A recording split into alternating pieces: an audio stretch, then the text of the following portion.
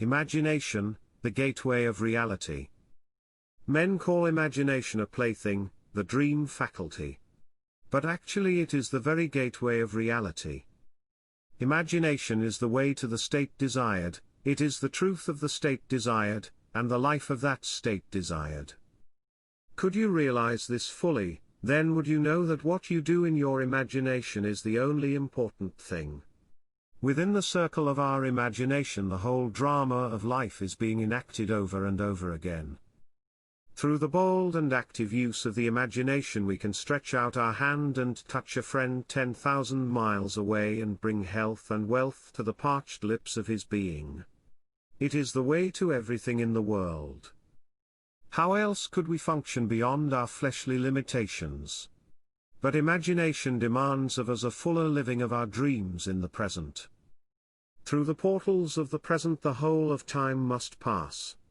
Imagine elsewhere as here, and then as now. Try it and see.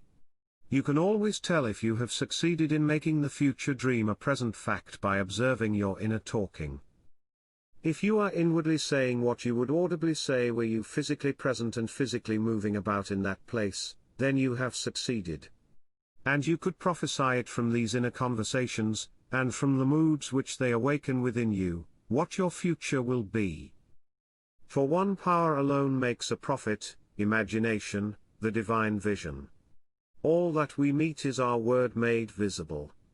And what we do not now comprehend is related by affinity to the unrecognized forces of our own inner conversations and the moods which they arouse within us. If we do not like what is happening to us, it is a sure sign that we are in need of a change of mental diet. For man, we are told, lives not by bread alone but by every word that proceeds from the mouth of God.